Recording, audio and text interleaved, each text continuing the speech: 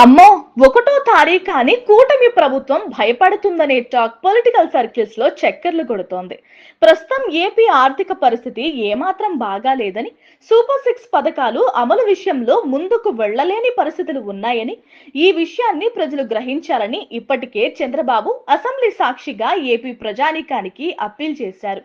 ఇప్పటికే తల్లికి వందనం పథకాన్ని వచ్చే ఏడాదికి పోస్ట్ పోన్ చేశారు.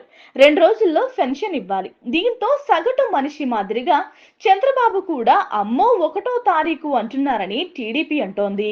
వాస్తవానికి గతంలో జగన్ హయాంలో సామాజిక భద్రతా పెన్షన్లు మాత్రం ఒకటో తేదీనే అందించేవారు. కానీ జగన్ హయాంలో పెన్షన్ 3,000 రూపాయలుగా ఉంది. చంద్రబాబు మాత్రం కూటమి అధికారంలోకి వస్తే 4,000 రూపాయలు పెన్షన్ ఇస్తామని హామీ ఇచ్చారు. దానికి తోడు 3 నెలల ఏరియర్స్ కూడా కలిపి జూలై 1న 7,000 రూపాయలు చొప్పున ఇచ్చారు. దానికి సుమారు 7 నుంచి 9,000 కోట్లు అప్పు చేశారని చెబుతున్నారు. ఇప్పుడు ఆగస్టు 1వ తేదీ రానుంది. ఈ సమయంలో కూడా సాధారణ పెన్షన్ 4,000, దివ్యాంగ పెన్షన్ 6,000, ఇతర వ్యాధిగ్రస్తులకు 10,000 చొప్పున చెల్లించాల్సి ఉంటుంది. దీంతో వీటికి సుమారు 4,000 కోట్లకు పైగా అవుతుందని అంటున్నారు. మొత్తంగా చూస్తే 1వ తారీఖునే ఉద్యోగుల జీతాలు, రిటైర్డ్ ఉద్యోగులకు పెన్షన్లు కూడా ఇవ్వాల్సిన పరిస్థితి.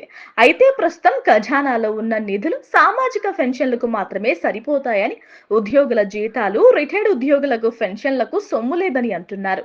మరి పదే పదే రాష్ట్ర ఆర్థిక పరిస్థితి ఏం బాగాలేదనే సీఎం చంద్రబాబు ఏ విధంగా ఉద్యోగులకు నచ్చజెబుతారో తెలుసుకోవాలంటే వేచి చూడాల్సిందే. మరి సంపద సృష్టిస్తా అన్నారు కదా సార్, ఇప్పుడెలా చేతులెత్తేస్తే ఎలా అంటున్నారు ఓట్లేసి గెలిపించిన జనం. Please subscribe dot news.